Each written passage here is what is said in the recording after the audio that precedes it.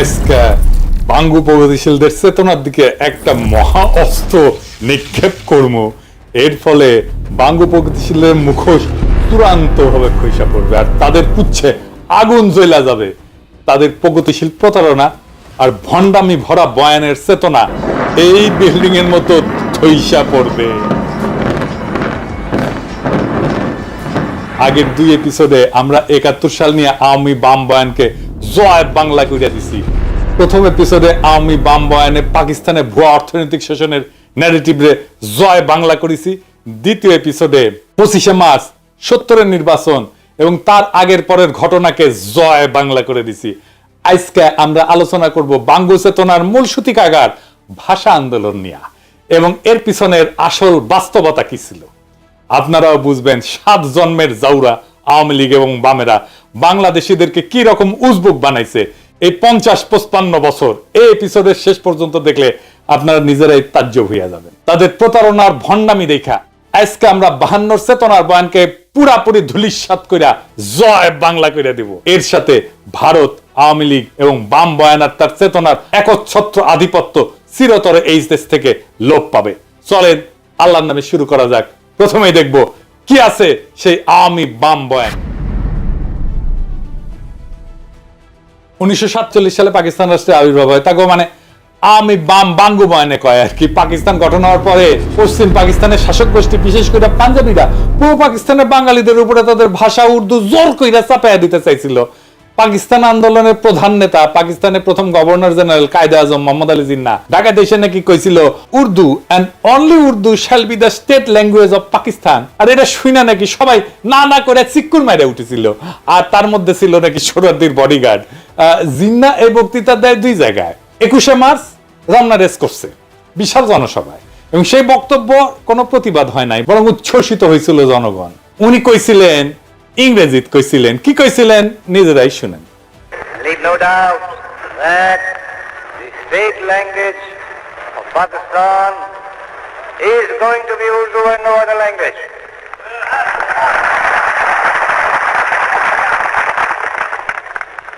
And anyone who tries to mislead you is really the enemy of Pakistan.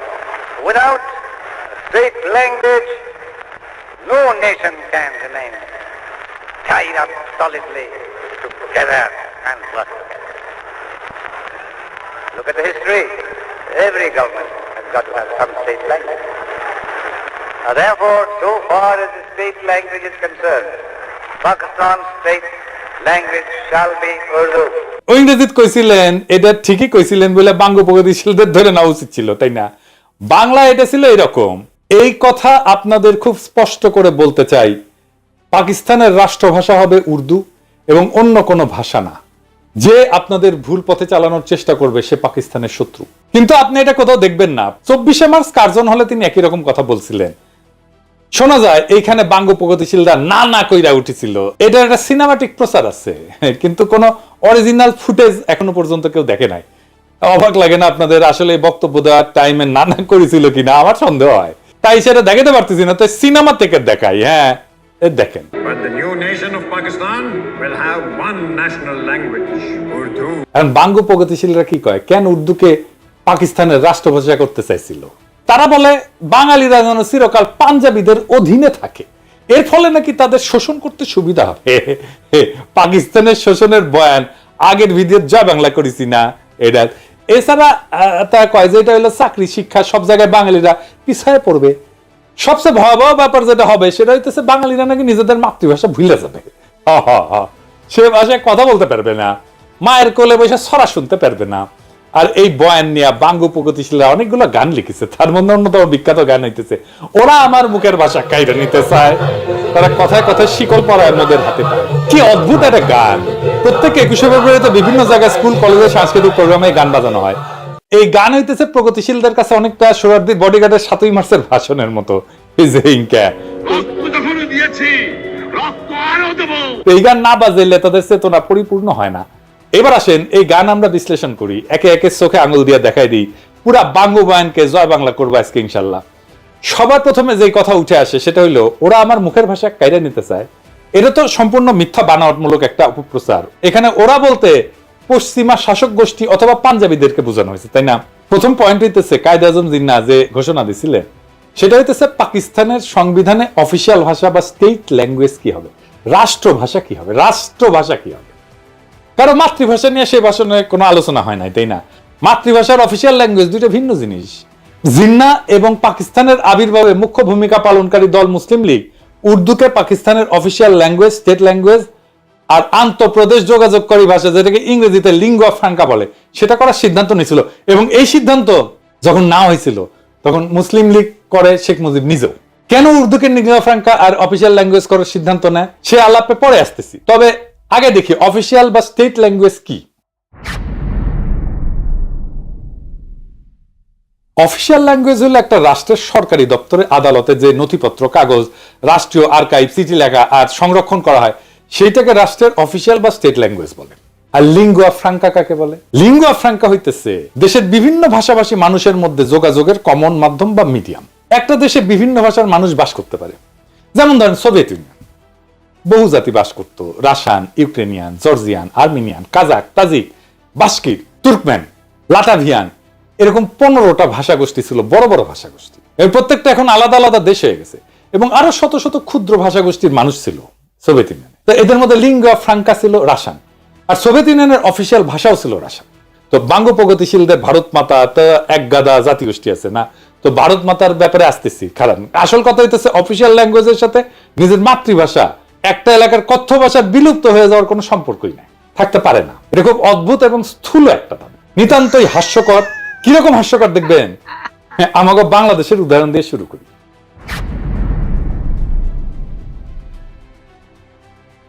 বাংলাদেশের official ভাষা হচ্ছে বাংলা, তাই না? আমরা তো সবাই জানি রাষ্ট্রভাষা বাংলা। তো বাংলাদেশে অন্য ভাষাভাষী জনগোষ্ঠী আছে, যেমন সিলেটি আছে, সাতগাই আছে, চাকমা আছে, গারো আছে, সাঁওতাল আছে, অনেক আছে, তাই না? তো আমি চাকমা গারোদের উদাহরণে আজকে যাব না, সিলেটি আর সাতগাই ধরে। এই দুই ভাষা বাংলা থেকে সম্পূর্ণ আলাদা ভাষা, তাদের প্রায় সম্পূর্ণ ইউনিক ভোকাবুলারি আছে, শব্দ ভান্ডার আছে যেটা অন্য কেউ বুঝে না। এমনকি সিলেটি ভাষা তার নিজস্ব বর্ণমালা আছে যেটাকে সিলেটি নাগরী বলে। একজন সাধারণ বাংলাভাষী মানুষের পক্ষে সিলেটি বা তাটগাইয়া ভাষা বোঝা অসম্ভব, কারণ তাদের ভোকাবুলারি বা শব্দকোষ প্রায় সম্পূর্ণ ভিন্ন। কারণ ঠান্ডা মাথায় ভেবে দেখেন তো, বাংলাকে অফিসিয়াল ভাষা করার ফলে কি সিলেটি বা চিটাগাং এর মানুষ কি তাদের কথ্য ভাষা বা মাতৃভাষা ভুলে গেছে? না, যায় নাই। কেন যাবে? আশ্চর্য কথা। এটা তো কত উদ্ভট একটা দাবি, সেটা কল্পনা করলেও হাসি লাগে। বাঙ্গ প্রগতিশীলদের দাবি যে ওরা আমার মুখের ভাষা কাইরা নিতে চায়, এটা সম্পূর্ণ গাঁজাখুরি একটা দাবি। এখন যদি চিটাগাং বা সিলেটের ভাইয়েরা যদি বলে ওরা আমার মুখের ভাষা কাইরা নিতে চায়, তাহলে বাঙ্গ প্রগতিশীলরা কই যাবে? বাঙ্গ প্রগতিশীলরা আরো বলে যে পাঞ্জাবি ইরানকে আমাদেরকে শোষণ করার জন্য উর্দু আমাদের উপরে চাপাই দিতে চাইছিল। হায় রে দুনিয়া! বাঙ্গ প্রগতিশীলদের আইকিউ আর সাধারণ জ্ঞান অনেক কম হয়, এটা আমরা সবাই জানি। শিক্ষা দীক্ষাতেও তারা সাধারণত লাড্ডা গোড্ডা হয় আর কি, লেখাপড়া কম করে, শেষ করতে পারে না বেশিরভাগ ক্ষেত্রেই। তো যাই হোক, তাই বলে এত কম হয় এটা কল্পনাতীত। আজকে এক ভদ্রলোকের সঙ্গে কথা হইতেছিল, উনি লন্ডনে থাকেন। তো ওনারে কইলাম যে এই বাঙ্গ প্রগতিশীলদের এত আপনারা পাত্তা দেন, বলেন তো দুনিয়ার কোন দেশে, বড় শহরে, কোন শহরে একজন সো কল্ড বাঙ্গ প্রগতিশীল, একজন সাকসেসফুল প্রফেশনাল, ভালো চাকরি বাকরি করে, প্রফেশনালি এক্সট্রিমলি সাকসেসফুল, সমাজের মানুষ তাকে চেনে, নোটিস করে, মানে সমাজে তার প্রভাব আছে? নাই। দুনিয়ার যে কোনো বড় শহরে, ধরেন London, Paris, new York, Geneva, Sydney, কোথাও পাবেন না। বাম সেকুলার আওয়ামী লীগ এগুলো কোথাও পাবেন না। আহম্মকের দল এটাই জানে না যে পাঞ্জাবিদের নিজেদের মাতৃভাষা বা কথ্য ভাষা উর্দু না, তাদের কথ্য ভাষা হচ্ছে পাঞ্জাবি। পাঞ্জাবি ভাষা হিন্দুস্তানি বা উর্দু থেকে সম্পূর্ণ আলাদা একটা ভাষা। শুনেন, ਚਾਨਣ ਘਟ ਰਿਹਾ ਸੀ, ਹਨੇਰੇ ਦੀ ਆਮਦ ਦੇ ਨਿਸ਼ਾਨ ਪ੍ਰਗਟ ਹੋ ਰਹੇ ਸੀ ਤੇ ਕਹਿੰਦੇ ਆ ਲੋਕਾਂ 'ਚ ਹਾਹਾਕਾਰ। এটা হইতেছে পাঞ্জাবি। কি বুঝতে পারলেন যে এটা যে উর্দু না, এটা যে হিন্দি না? শুধু তাই না, পাকিস্তানের সীমান্ত প্রদেশের পশতুনদের মাতৃভাষা হচ্ছে পশতু, সিন্ধুর ভাষা সিন্ধি, বেলুচিস্তানের ভাষা বালুচ। এই সমস্ত প্রত্যেকটা ভাষা আলাদা আলাদা। কেউ কি নিজেদের ভাষা ভুলে গেছে উর্দুকে অফিসিয়াল ল্যাঙ্গুয়েজ করার ফলে? কারো কি ভাষা কায়দা না হয়েছে? পুরো দাবিটা এত বোগাস, এটাকে যে লজিক দিয়া, যুক্তি দিয়া ভ্রান্ত প্রমাণ করা লাগতেছে সেটা ভাবতে অবাক লাগে। ধরে নিলাম পাঞ্জাবিরা আমাদের শোষণ করতে চায়, তাহলে তো তারা পাঞ্জাবিকে রাষ্ট্রভাষা করার ঘোষণা দিত, উর্দুকে না, তাই না? জিন্নার জন্ম সিন্ধুর করাচি শহরে। ওনার দাদা গুজরাটের অধিবাসী, তাদের কথ্য ভাষা গুজরাটি ছিল। মোহাম্মদ আলী জিন্নাকে ছোটবেলাতে ইংল্যান্ডে চলে যাওয়ার ফলে ইংলিশে বেশি স্বাচ্ছন্দ্য বোধ করতেন উনি, সেই ভাষাতেই কথা বলতেন। ধরে নিলাম যে ওনার নিজের ভাষা আমাদের উপরে চাপাই দিতে চাইতেছিলেন। তাই যদি হইতো তাহলে উনি গুজরাটিকে পাকিস্তানের একমাত্র রাষ্ট্রভাষা করার ঘোষণা করতেন, উর্দুকে না, তাই না? জেনারেল আইয়ুব খান উনি সীমান্ত প্রদেশের মানুষ ছিলেন, জন্ম সীমান্ত প্রদেশের হরিপুর জেলা রেহানা নামের একটা গ্রামে। তো আপনার রেহানা নাম শোনেন না, এটা কিন্তু ওই গ্রাম থেকে আসছে। ওনাদের মাতৃভাষা অন্য পাঠানদের পশতুদের চেয়ে আলাদা ছিল। ওনার মাতৃভাষা ছিল হিন্দকো। ইয়াহিয়া খান ছিলেন কিজিলবাস, এর মাতৃভাষা ছিল ফার্সি বা যেটা ইরানের ভাষা। পাকিস্তানে আইয়ুব খানের পর সেনাপ্রধান ছিলেন মুসা খান, উনি ছিলেন হাজারা সম্প্রদায়ের লোক, ওনার ভাষা ছিল হাজারা। মোহাম্মদ আলী জিন্নাহ, আইয়ুব খান, মুসা খান, ইয়াহিয়া খান এরা সবাই মাইনরিটি জাতির সদস্য ছিল, মানে মুসলমান পাকিস্তানেরও মাইনরিটি জাতির সদস্য। জুলফিকার আলী ভুট্টো ছিলেন সিন্ধু প্রদেশের লারকানার মানুষ, আর মাতৃভাষা ছিল সিন্ধি। কেউই বাঙ্গুদের কল্পিত পাঞ্জাবি শোষক ছিলেন না। আমি একটা জিনিস বুঝি না, বাঙ্গুরা সব জায়গায় তো পাঞ্জাবি শোষক কই থেকে পায়?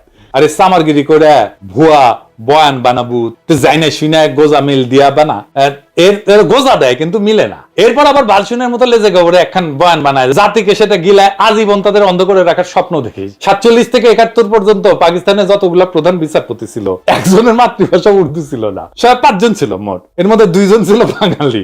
তাদের নাম বলি, ধরেন মিয়া আব্দুল রশিদ পাঞ্জাবি ছিল, মোহাম্মদ মুনির পাঠান ছিল, এআর কর্নেলিয়াস উনি অ্যাংলো ইন্ডিয়ান ছিলেন, ফজল আকবর বাঙালি ছিলেন, হামুদুর রহমান বাঙালি ছিলেন। বিভিন্ন গুরুত্বপূর্ণ ব্যক্তিদের মধ্যে কালে ভদ্রে 2-1টা পাঞ্জাবি নাম পাওয়া যায়, কিন্তু সবাই বিভিন্ন জাতের মানুষ, অনেকেই মাইনরিটি জাতের মানুষ। এদের কারো তো কোনো সমস্যা হইলো না উর্দুকে অফিসিয়াল ল্যাঙ্গুয়েজ করার ফলে, কেউ তো বোঝার দাবি তুললো না, ওরা আমার মুখের ভাষা কাইরা নিতে চায়। এদের কারো তো চাকরি বাকরি পাইতে, শিক্ষিত হইতে, রাজনীতি করতে কোনো অসুবিধা হয় নাই। যত অসুবিধা বাঙ্গু প্রগতিশীলদের। বাঙ্গু প্রগতিশীলরা যে কত বড় সামারের সামার, বাটপারের বাটপার, সেটা দেখতে পারবেন। আসেন এবার গানের আর বাঙ্গু বয়ানের আর একটা দাবি নিয়ে। উর্দুকে রাষ্ট্রভাষা করা হলে নাকি বাংলাদেশি বয়াতিদের নাইসা নাইসা গান গাওয়া বন্ধ হয়ে যাবে।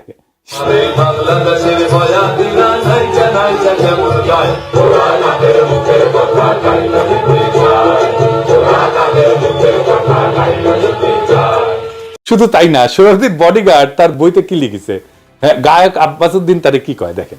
উনি লিখেছেন, তিনি সন্ধ্যায় চলে যাওয়ার পর গানের আসর বসলো। আব্বাসউদ্দিন সাহেব, সোহরাব হোসেন ও বেদারউদ্দিন সাহেব গান গাইলেন। অধিক রাত পর্যন্ত আসর চললো।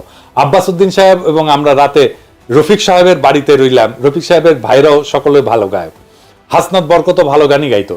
এরা আমার ছোট ভাইয়ের মতো ছিল, আমার সাথে জেলও খাটিছে। পরের দিন নৌকায় আমরা রওনা করলাম আশুগঞ্জ স্টেশনের স্ট্যান্ড ধরতে।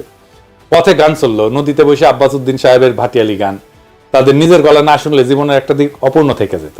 তিনি যখন আস্তে আস্তে গাইতেছিলেন তখন মনে হচ্ছিল নদীর ঢেউগুলোও যেন তার গান শুনতেছে। তারই শিষ্য সোহরাব হোসেন এবং বেদারউদ্দিন তার নাম কিছুটা রেখেছিলেন। আমি আব্বাসউদ্দিন সাহেবের একজন ভক্ত হয়ে পড়েছিলাম। তিনি আমাকে বলছিলেন, মুজিব, বাংলা ভাষার বিরুদ্ধে বিরাট ষড়যন্ত্র চলতেছে। বাংলা রাষ্ট্রভাষা না হলে বাংলার কৃষ্টি সভ্যতা সব শেষ হয়ে যাবে। আজ যে গানকে তুমি ভালোবাসো এর মাধুর্য মর্যাদা নষ্ট হয়ে যাবে। যা কিছু হোক, বাংলাকে রাষ্ট্রভাষা করতেই হবে। আমি কথা দিয়েছিলাম এবং কথা রাখতে চেষ্টা করেছিলাম। কি আজগুবি এক দাবি। বাংলা অফিসিয়াল না হইলে নাকি বাংলার কৃষ্টি সভ্যতা সব শেষ হয়ে যাবে, গানের মাধুর্য মর্যাদা নাকি গোল্লায় যাবে। উজবুকের দল সম্পূর্ণ ডাহা মন গড়া এই সমস্ত দাবি তুলছে।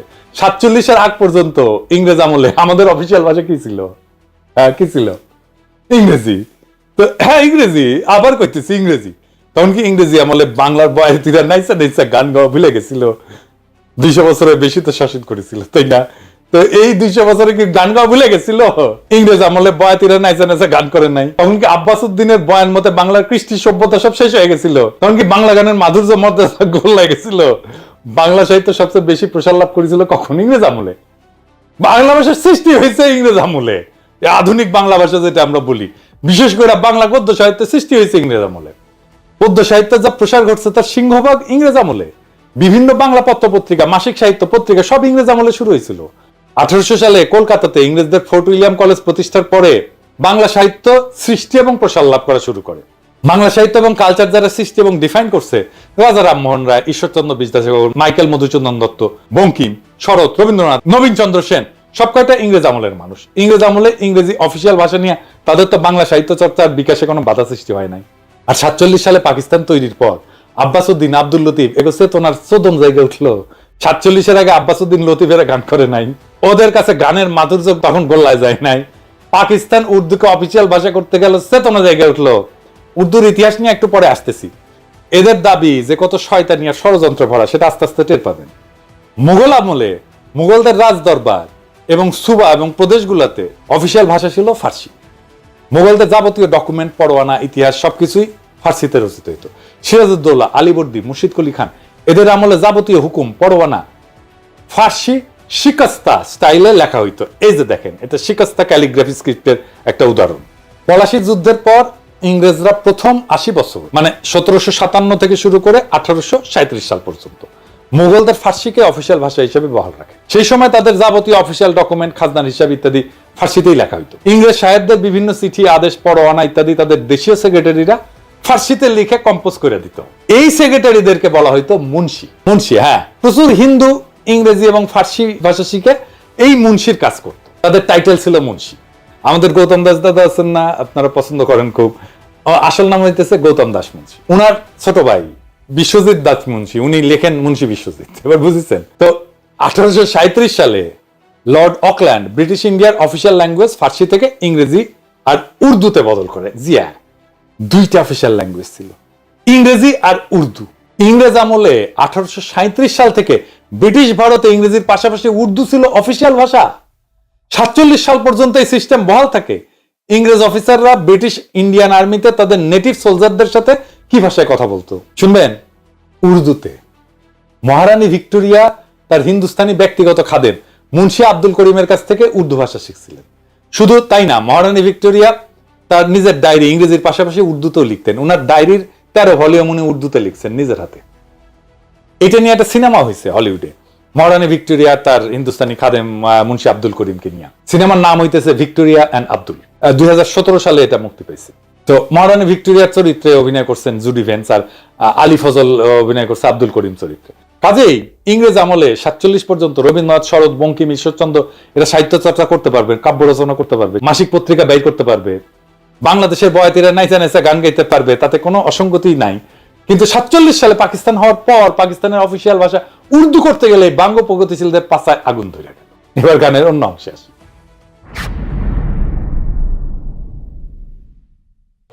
আর এক কথা বলে কইরা রাখি কইরা যায় ঘুম পালাই না গাই তো দেখার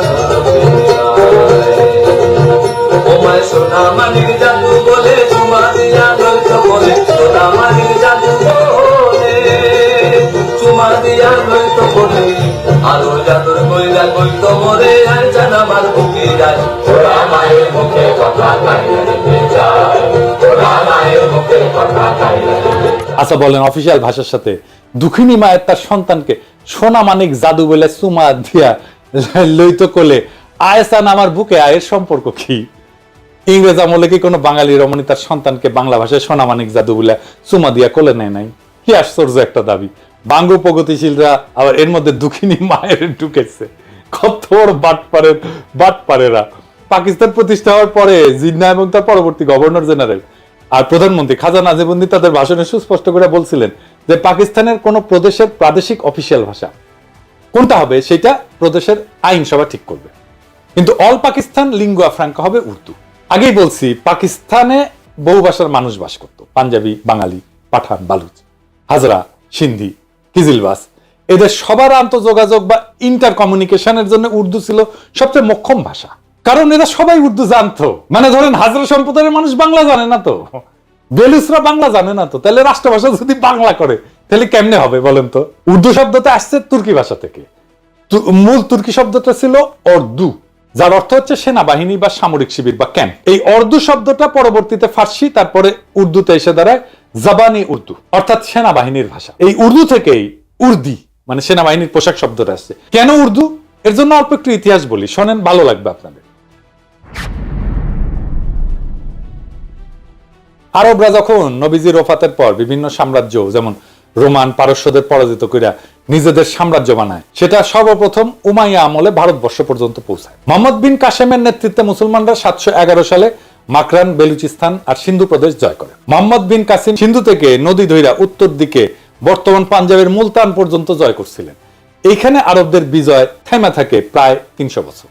ততদিনে উমাইয়াদের পতন হইয়া আব্বাসীয় খলিফারা আসছেন এবং আব্বাসীয় সাম্রাজ্য দুর্বল হইয়া বিভিন্ন খণ্ডে বিভক্ত হয়ে গেছে। আব্বাসীয় সাম্রাজ্যের পূর্ব দিকের প্রদেশ ইরান, খোরাসান আর তুরানে সামানিদ নামে একটা সালতানাত প্রতিষ্ঠা হয় 874 থেকে 999 সাল পর্যন্ত। তুরান হইতেছে তুর্কিদের এলাকা। খোরাসানের উত্তরে একটা বিখ্যাত নদী আছে যার নাম আমোদরিয়া, আপনারা শুনছেন না? গ্রিকরা একে অক্সাস বলতো। আলেকজান্ডার দ্য গ্রেট এই নদী ক্রস করছিলেন তার যুদ্ধযাত্রায়। সেই নদী হইতেছে ইরান আর তুরানের সীমানা।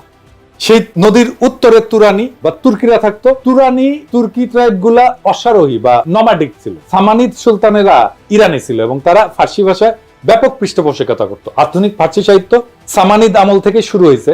ফার্সি লেখা হয় আরবি হরফে। ইরানের মহাকবি ফেরদৌসি এই সময়ের মানুষ। সামানিদ সুলতানেরা তাদের রাজসভা এবং সামরিক বাহিনীতে তুরানি অশ্বারোহীদের ব্যাপকভাবে রিক্রুট করছিল। এদের মধ্যে একজন তুর্কি সেনাপতি আলেপ্তেগিন 962 সাল বর্তমান আফগানিস্তানের গজনি শহর জয় করে এনে নিজের একটা সাম্রাজ্যের গোড়াপত্তন করে। এই আলেপ্তেগিনের নাতি বা দৌহিত্র হচ্ছে গজনির বিখ্যাত সুলতান মাহমুদ, যিনি অশ্বারোহী তুর্কি বাহিনী নিয়ে ভারতবর্ষের পাঞ্জাব বিজয় করে তার সাম্রাজ্য যোগ করে। এর ফলে আরবদের বেলুচিস্তান এবং সিন্ধু বিজয়ের প্রায় 300 বছর পর মুসলমানরা বর্তমান সীমান্ত প্রদেশ পাঞ্জাব বিজয় করে। সুলতান মাহমুদ এবং পার্শ্ববর্তী গজনী সুলতানেরা তুর্কি হওয়া সত্ত্বেও তারা সামানিদ সুলতানদের অনুসরণে ফার্সিকেই নিজেদের অফিসিয়াল ভাষা হিসেবে ব্যবহার করতেন। সুলতান মাহমুদ মহাকবি ফেরদৌসিকে নিয়ে পারস্যের মহাকাব্য শাহনামা রচনা করছিলেন। আপনারা জানেন না যে বিখ্যাত শাহনামা? তো গজনীর এই সালতানাত 1186 সাল পর্যন্ত ছিল। 1186 সাল পর্যন্ত আফগানিস্তানের ঘুর শহরের তুর্কিক সেনাপতি মুইজুদ্দিন মোহাম্মদ ঘুরি গজনির সালতানাতকে বিজয় করে যোগ করেন নিজের সাম্রাজ্যে। এরপর উনি 1192 সালে দিল্লির কাছে নিজের বর্ম আচ্ছাদিত ঘোড়সওয়ার হেভি ক্যাভারলি এই তুর্কি বাহিনী নিয়ে তরাইনের যুদ্ধে রাজপুত রাজা পৃথ্বীরাজ চৌহানকে পরাজিত করে ভারতবর্ষের মুসলমানদের প্রথম কেন্দ্র দিল্লি সালতানাত প্রতিষ্ঠা করেন। এই সময়ে দিল্লি সালতানাতে তুর্কি, আফগান, ইরানি এই সমস্ত মুসলিম জাতি সেনা হিসেবে দলে দলে যোগ দেয়, কিন্তু তারা অফিসিয়াল ভাষা হিসেবে তাদের আগের গজনীর সুলতান মাহমুদ এবং সামানিদদের অনুসরণে ফার্সিকেই বহাল রাখে। ভারতবর্ষে মুসলিম শাসনের সূচনা হয় দিল্লি সালতানাতের মধ্য দিয়ে। এরপরে আস্তে আস্তে মুঘল বাদশাহ আওরঙ্গজেবের সময় প্রায় পুরো ভারতবর্ষ মুঘলদের অধীনে আসে। মুঘলরাও ফার্সির ব্যবহার জারি রাখে। দিল্লি ছিল সালতানাতের রাজধানী বা কেন্দ্রবিন্দু। দিল্লির আশেপাশের এলাকায় খারি বলি নামে একটা ভাষা প্রচলন ছিল। এত জাতের মুসলিম দিল্লিতে সেটেল করার ফলে তারা এই খারি বলি ভাষা ব্যবহার শুরু করে। এর মধ্যে যুক্ত হয় অসংখ্য ফার্সি আর আরবি শব্দ, মানে যেগুলো ধার করা শব্দ। আমাদের বাংলাতে অসংখ্য ধার করা শব্দ আছে। খারবলি আর ফার্সি এই দুইটা মিলে তৈরি হয় উর্দু ভাষা। একে হিন্দুস্তানি ভাষাও বলা হয়, কারণ এটার উৎপত্তি হিন্দুস্তানে দিল্লি সালতানাতের সময়। দিল্লি সালতানাতের আমলে 1300 শতকে বিখ্যাত কবি আমির খসরু, যাকে ভারতের তোতাপাখি বলা হয়, উনি এই উর্দু ভাষায় সাহিত্য রচনা করেন এবং তাকে উর্দু সাহিত্যের জনক বলা হয়। এই উর্দু ভাষাকে ফার্সি আরবি হরফেই লেখা হইতো স্বাভাবিকভাবেই, কারণ যারা শিক্ষিত, যারা এই সাহিত্য রচনা করতেন, তারা অলরেডি সেই হরফের রাষ্ট্রীয় কাজে ফার্সিতে ব্যবহার করতেন। এখন হিন্দুস্তানে বিভিন্ন জাতের মুসলমানদের সমাগম ঘটে। ইরানি, তুরানি, আফগান, পাঠান, তাজিক, উজবেক, হাজরা ইত্যাদি। ভারতবর্ষের মুসলমানদের সেনা সামরিতে এরকম অনেক জাতের ঘোড়সওয়ার সৈন্য সেনাপতির সমাগম হইতো। তারা এই হিন্দুস্তানি ভাষায় নিজেদের মধ্যে কমিউনিকেশন করতেন। এই জন্য এই ভাষার নাম হয়েছে উর্দু বা ক্যাম্প। বোঝা গেছে? মুঘল বাদশাহ জাহাঙ্গীর, শাহজাহান, আওরঙ্গজেব থেকে শুরু করে বাহাদুর শাহ জাফর পর্যন্ত সবার মাতৃভাষা ছিল উর্দু। শেষ বাদশাহ বাহাদুর শাহ জাফর উর্দুতে একজন উৎকৃষ্ট কবিও ছিলেন। মুসলমানরা যখন ডেকান বা হিন্দুস্তানের দক্ষিণে নর্মদা নদীর বিন্ধ্য পর্বতমালার দক্ষিণে নিজেদের সালতানাত এক্সপান্ড করে, সেই ডেক্কানেও মুসলমানরা লিঙ্গুয়া ফ্রাঙ্কা হিসেবে উর্দু ব্যবহার করে। দক্ষিণের উর্দুতে তামিল, তেলেগু থেকে অনেকগুলো ধার করা শব্দ আছে, এই জন্য সেটাকে দক্ষিণী উর্দু বলা হয়। কিন্তু হায়দ্রাবাদের নিজামরা যাতে তুর্কি হইলেও তারা হায়দ্রাবাদে উর্দুতেই কথা বলতেন। এমনকি হায়দার আলী আর টিপু সুলতান সুদূর দক্ষিণে মহীশূর রাজ্যের পত্তন করলেও সেখানেও মুসলমানরা লিঙ্গুয়া ফ্রাঙ্কা হিসেবে উর্দু ব্যবহার করতেন। যেমন ভারতের তেলেঙ্গানা রাজ্য ডেকান বা দাক্ষিণাত্যের একটা রাজ্য। ডেকানের হিন্দুদের ভাষা উত্তর ভারত থেকে আলাদা। দক্ষিণ ভারতের হিন্দুরা উত্তর ভারতের হিন্দিতে কথা বলতে চায় না। তেলেঙ্গানার মূল আঞ্চলিক ভাষা তেলেগু। সেই তেলেঙ্গানার মুসলমানরাও উর্দুকে নিজেদের লিঙ্গুয়া ফ্রাঙ্কা হিসেবে ব্যবহার করে। এই যে দেখেন, তেলেঙ্গানার রাজধানী শহর হায়দ্রাবাদের এমপি আসাদুদ্দিন ওয়াইসি উর্দুতে বলা কথা আর ভাষণ। तरीके से उसको तरतीब दी गई कि अक्सरती तबके के लोग जीत जाएं और मुस्लिम अकलियत के लोग कामयाब होने में बड़ी मुश्किलात पेश आए। इसीलिए 2007 में सच्चर कमेटी ने कहा था, सिफारिशात में कहा कि अब जब हदबंदी होगी तो माकूल तरीके से बनाया जाए ताकि मुसलमान पार्लियामेंट और असेंबली के इलेक्शन जीत सके। পুরা উপমহাদেশে পাঠান, পাঞ্জাবি, সিন্ধি, উত্তরপ্রদেশ, হায়দ্রাবাদ, কর্ণাটক, দক্ষিণী সব জাতের মুসলমান উর্দুকে লিঙ্গুয়া ফ্রাঙ্কা হিসেবে ব্যবহার করে। কারো কারো মধ্যে কোনো কুরকুরানি কিন্তু হয় নাই। এক বিচিত্র উদ্ভট কারণে আওয়ামী ভারতীয় প্রোপাগান্ডায় বিশাল উপমহাদেশের বিভিন্ন জাতের মুসলমানদের মধ্যে শুধু পূর্ব বাংলার বাঙালিদেরকে উর্দুতে ঘৃণা করা শিখাইতে সক্ষম হয়েছে। কিন্তু হিন্দু আর্যদের সংস্কৃত ভাষা থেকে শব্দ নিয়ে উর্দু ভাষাকে হিন্দিতে রূপান্তর করার পর সেই হিন্দিকে আবার এইসব বাঙ্গ প্রগতিশীলদের কাছে জনপ্রিয় করছে। এই দেখেন আমগের ট্যাঙ্ক ড্যান্সার আজকাল পুলিশের ভ্যানে লাথি গুতা খাওয়া আসানুল্লাহ কিনু ক্যাঙ্গে করে হিন্দি করছে, শুনেন। 71 सन का मुक्ति युद्ध में पाकिस्तान हमका विरुद्ध था एवं पाकिस्तान हमका साथ लड़ाई किया था। उस टाइम से जमात इस्लामी एक आतंकवादी संगठन था जो मानुष को, आदमी को मार दिया, नारी को मार दिया। वो संगठन पाकिस्तान बैक करता है एवं वो संगठन का जो आदमी मारा था उसका लिए विचार कर रहा है, फांसी भी हो गया। ये संगठन का साथ पाकिस्तानी का एवं पाकिस्तानी गोয়েন্দা संस्था ISI का गভীর ताल्लुक है। তো পাকিস্তান রাষ্ট্র 1947 সালে জন্ম নেয়। ভারতবর্ষে মুসলমানদের দিল্লি সালতানাত মোগল সালতানাতের উত্তরসূরি হিসেবে। স্বাভাবিকভাবেই মুসলিম সালতানাতের হেরিটেজ হিসেবে উর্দুকে পাকিস্তানের বহু ভাষাভাষী মানুষের মধ্যে লিঙ্গুয়া ফ্রাঙ্কা আর অফিসিয়াল ল্যাঙ্গুয়েজ হিসেবে নির্ধারণ করা হবে, এটা খুব স্বাভাবিক। ভারতবর্ষে মুসলমানদের সালতানাতের ইতিহাসের সাথে যারা পরিচিত তাদের কাছে এটাই ন্যাচারাল। এর বিরোধিতা যে কত বড় ষড়যন্ত্র সেটা আপনারা একটু পরে দেখবেন, ষড়যন্ত্র কারা করছে সেটাও দেখবেন, তাজ্জব হয়ে যাবেন তাদের নির্লজ্জতা দেখে।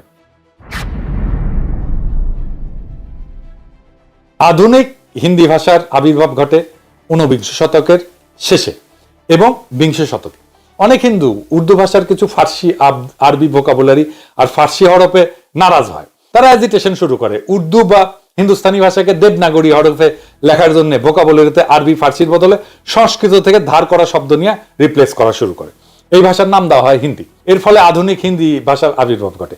হিন্দু ভারতে শুধুমাত্র হিন্দিকে এই লিঙ্গুয়া ফ্রাঙ্কা বা অনলি ন্যাশনাল ল্যাঙ্গুয়েজ হিসেবে, কেন্দ্রে অফিসিয়াল ল্যাঙ্গুয়েজ হিসেবে গণ্য করা হয়। ভারতের রাজ্য পর্যায়ে বিভিন্ন ভাষা ওই রাজ্যে অফিসিয়াল কাজে ব্যবহার করা হয়। পাকিস্তানে যে প্রস্তাব জিন্না করছিল এবং খাজা নাজিমুদ্দিন উভয় দিছিলেন, আগেই বলছি আপনাদেরকে, এটা আমার কথা না, এক এক করে আপনাদের রেফারেন্স দেখাচ্ছি। ভারতের সংবিধানে আর্টিকেল 343 দেখেন, স্পষ্ট ভাষায় লেখা আছে, official language of the union shall be Hindi in Devanagari script. সাথে কিছুদিনের জন্য ইংরেজিকে রাখছে, যতদিন না মানুষ হিন্দি শেখে। সারা ভারতে সেটা প্রচলিত হয়। এরপর ভারতের সুপ্রিম কোর্টের এই রায় দেখেন, ভারতের সুপ্রিম কোর্ট হিন্দিকে ন্যাশনাল ল্যাঙ্গুয়েজ হিসেবে রায় দিছে। রায় বলা আছে এইটা ইংরেজি যেহেতু কইছে ঠিকই কইছে, এটা বাংলায় করলে হয়। ভারত অনেক রকম মানুষের দেশ, এখানে হিন্দি জাতীয় ভাষা। তাই আশা করা হয় যে যেসব সাক্ষীকে আবেদনকারী মানে উত্তরপ্রদেশের ট্রাইব্যুনালে নিয়ে আসবেন তারা হিন্দিতে কথা বলতে পারবেন এবং নিজেদের কথা বুঝিয়ে বলতে পারবেন। এরপর সংবিধানের 351 আর্টিকেল দেখেন, স্পষ্টভাবে লেখা আছে, ভারতের কেন্দ্রের দায়িত্ব হচ্ছে হিন্দি ভাষার প্রসার ঘটানো, সাথে হিন্দি ভোকাবুলারি ক্রমান্বয়ে সংস্কৃত থেকে ধার করা শব্দ দিয়ে প্রতিস্থাপন করা। কই, ভারতের পশ্চিমবঙ্গে তো বাঙালি বাস করে। বাংলা সাহিত্য, কালচার, সংস্কৃতি বলতে যা বুঝি সেটার গোড়াপত্তন তো ঘটে পশ্চিমবঙ্গের হিন্দু ভদ্রলোক, ব্রাহ্মণ, কায়স্থ, বৈদ্য এদের হাতে। তাও তো একটা টু শব্দ পর্যন্ত করলো না যে ভারতে তাদের মুখের ভাষা কাইরা নিতে হইতেছে। তাদের দুঃখিনী মায়ের কি হবে, সোনা মানিক বলে আর বুকে টাইনা নিতে পারবে না। হিন্দিকে ভারতের কেন্দ্রে অফিসিয়াল ল্যাঙ্গুয়েজ করার ফলে কি তারা বাংলা ভুলে গেছে?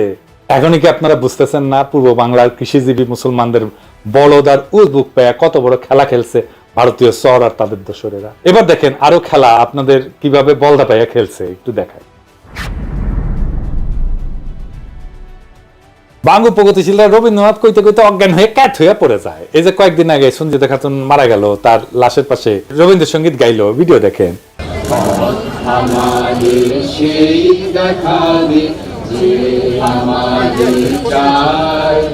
আমি অভয় মনে ছাড়ব তোরি, এই শুধু মোর দান।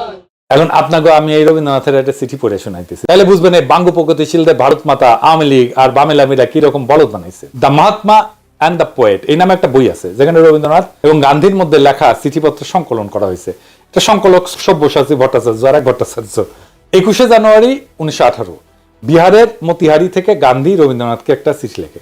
এই পত্রে গান্ধী রবীন্দ্রনাথের মতামত জানতেছে একটা বিষয়টা হইতেছে হিন্দিকে ভারতের একমাত্র জাতীয় ভাষা বা ন্যাশনাল ল্যাঙ্গুয়েজ করার ব্যাপারে, এই ভাষাকে আন্তঃপ্রদেশ যোগাযোগ এবং জাতীয় সমস্ত কমিউনিকেশনের ব্যাপারে চালু করা গান্ধীর প্রশ্ন ছিল এইরকম ইংরেজি, যে এটা কি ঠিক না যে হিন্দি একমাত্র সম্ভাব্য জাতীয় ভাষা এবং বিভিন্ন আন্তঃপ্রদেশের যোগাযোগের জন্য ভাষা হইতে পারে? চিঠির উত্তরে শান্তিনিকেতন থেকে 24শে জানুয়ারি 1918-তে রবীন্দ্রনাথ এই প্রস্তাবে সম্মতিসূচক মতামত দেন এবং হিন্দিকে ভারতের একমাত্র জাতীয় ভাষা যা আন্তঃপ্রদেশ যোগাযোগের জন্য উপযুক্ত বলে মতামত প্রদান করেন। তিনি স্পষ্ট বলছিলেন, হ্যাঁ, হিন্দি একমাত্র সম্ভাব্য জাতীয় ভাষা হইতে পারে ভারতের। আবার পড়ে শোনাচ্ছি, Hindi is the only possible national language in India. তবে এও বলেন, যেহেতু তাদের প্রজন্ম ইংরেজি শাসনের অধীনে বড় হয়েছে, ইংরেজি ভাষাতে নিজেদের মতামত আর্টিকুলেট করে হিন্দিকে সম্পূর্ণরূপে প্রচলন করতে আরেক জেনারেশন বড় হওয়া লাগবে। গান্ধী গুজরাটি, মাতৃভাষা গুজরাটি, এবং রবীন্দ্রনাথ বাঙালি, বিনা দ্বিধায় হিন্দিকে একমাত্র জাতীয় ভাষা হিসেবে মাইনে নিল। ভারত স্বাধীন হওয়ার পরে ভারতের সংবিধানেও হিন্দিকে একমাত্র অফিসিয়াল ভাষা হিসেবে ঢুকানো হইল এবং এর পাশে ইংরেজিকে রাখা হইল যতদিন নতুন প্রজন্ম হিন্দি না শিখে। যে বাঙ্গ প্রগতিশীলরা এত রবীন্দ্রনাথ বই করলে পাগল হইয়া যায়, কাজ হয়ে পড়ে যায়, সে রবীন্দ্রনাথ নিজেই তো তার দেশ ভারতে হিন্দিকে সর্বভারতীয় ভাষা হিসেবে প্রমোট করছে। এখানে বাঙ্গ প্রগতিশীলদের আইকন রবীন্দ্রনাথ তাহাউকে করে নাই যে সে তার মাতৃভাষা ভুলা যাবে। পশ্চিম বাংলার কোন কবি সাহিত্যিক তো এটা একটা টু শব্দ করে নাই, যেহেতু রবীন্দ্রনাথ কইছে, ঠিকই কইছে। আর জিন্না একই কথা কইয়া ভিলেন হইয়া গেল বাঙ্গ প্রগতিশীলদের কাছে। এটা কত বড় সামার বাটপারের বাটপার দেখেছেন। ভারতের কেন্দ্রে, সচিবালয়, আদালতে, আর্মিতে সব জায়গায় অফিসিয়াল ভাষা হচ্ছে হিন্দি বা ইংলিশ।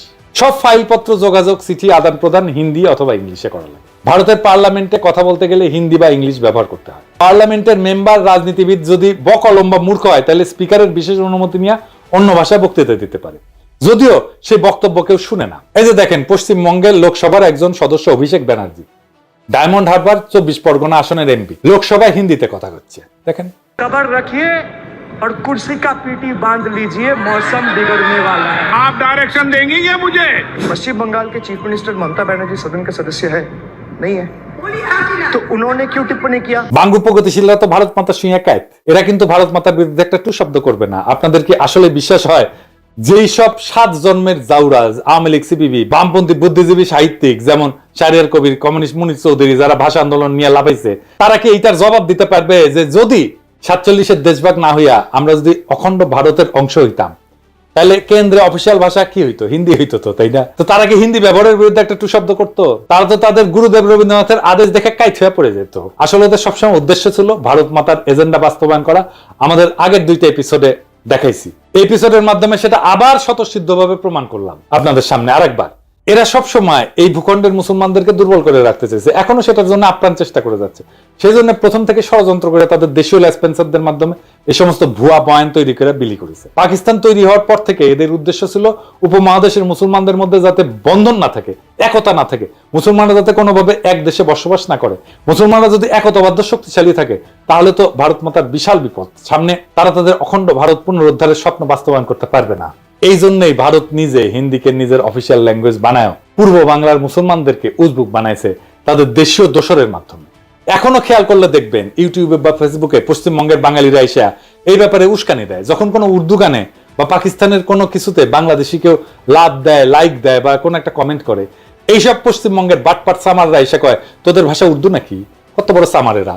তখন এরা ওপার বাংলা থেকে ভাষা আন্দোলনে ব্যাপকভাবে উস্কানি দিছিল, প্রোপাগান্ডা চালাইছিল। এদের প্রোপাগান্ডা কি জিনিস সেটা সবাই আজকে ভালোভাবে বুঝছেন। দেখেন, আপনাকে মৌলিক যখন কেন্দ্রে যায়, মোদির সাক্ষাৎকার নেয়, তখন হিন্দিতে কথা কয়। मोदी जी रिपब्लिक बांग्ला में पहली बार, बहुत बहुत स्वागत है। नमस्कार, बहुत बहुत शुक्रिया आपको मोदी जी। मोदी जी, ये जो पूरा जो माहौल है, हजारों में लोग यहाँ पे आए हैं, क्या कुछ नहीं हुआ? ये प्रोग्राम को बंद करने के लिए लोगों को रोका गया, 144, 144 इशू किया गया, बहुत सारे जगहों पे रोक नहीं पाए। ममता बनर्जी को मोदी से इतना डर क्यों है? পশ্চিমবঙ্গের হিন্দু বাঙালিদের কাছে এটা কিন্তু কোনো আপত্তির বিষয় না, কিন্তু মুসলমানরা উর্দু কইলে তাদের হোগা জ্বলে যায়, তাদের হোগায় আগুন জ্বলে ওঠে দাউ দাউ করে। এইবার আসি ষড়যন্ত্রের অন্তিম পর্যায়ে। 52 সালের 21শে ফেব্রুয়ারির ঘটনা। 21শে ফেব্রুয়ারি নিয়ে যেই বয়ান প্রচলিত তাতে বলা হয় পাকিস্তানি পুলিশ হঠাৎ কইরা, বলা নাই কওয়া নাই, নিরীহ ছাত্রদের মিছিলে গুলি বর্ষণ করে, যেখানে তারা রাষ্ট্রভাষা বাংলা চাই স্লোগান দিতে দিতে শান্তিপূর্ণ মিছিল করতেছিল। এর ফলে হতাহত হয় বেশ কিছু ছাত্র জনতা, কিন্তু বাস্তবতা ছিল সম্পূর্ণ বিপরীত। প্রথম পয়েন্ট হচ্ছে গুলি চালাইছিল প্রাদেশিক সরকার, কেন্দ্রীয় সরকার না। পুলিশ ছিল প্রাদেশিক সরকারের অধীনে এবং পূর্ব বাংলা পুলিশে বাঙালিরাই চাকরি করত। প্রাদেশিক সরকারও সম্পূর্ণভাবে বাঙালি ছিল। মুখ্যমন্ত্রী ছিল ময়মনসিংহের নুরুল আমিন, মন্ত্রিসভা ক্যাবিনেট ছিল 100% বাঙালি। দ্বিতীয় গুরুত্বপূর্ণ পয়েন্ট হইতেছে পুলিশ লাফায় এসে ছাত্রদের উপরে গুলি চালায় না। আওয়ামী লীগ এবং কমিউনিস্ট পার্টির ছাত্র সংগঠন অনেক উস্কানি দিয়াও কোনো পাল্টা সারা না পেয়ে একটা সিন ক্রিয়েট করার জন্য প্রাদেশিক আইনসভার দিকে হামলা করতে যায়। তখন প্রাদেশিক আইনসভা ছিল এখন যেটা বাংলা একাডেমি, ওইটা। সেদিন প্রাদেশিক আইনসভার সদস্যদের একটা মিটিং এর ডেট ছিল। সেখানে আওয়ামী বামেরা প্রাদেশিক আইনসভার সদস্যদেরকে আইনসভায় যোগ দিতে বাধা প্রদান করে শারীরিকভাবে, তাদের গাড়ি পর্যন্ত আটকায়। পুলিশ এসে তাদেরকে সরাই দিতে চায়, রাস্তা ক্লিয়ার করে দিতে চায়। তখন লীগের আর কমিউনিস্টদের ছাত্রকারা পুলিশের উপরে চড়াও হয়, পুলিশ লাঠিচার্জ করে। লীগের গুন্ডারা এরপরে পুলিশের দিকে ঢিল ইট পাটকেল ছড়া শুরু করে এবং পুলিশেরা আহত হয়। তো এই সমস্ত বামেরা কি ধরনের হয় দেখেছেন তো, পুলিশদেরকে কিভাবে আক্রমণ করে এবং তারপরে বলে আমাকে আক্রমণ করছেন কেন, দেখেন না? এই যে দেখেন, এই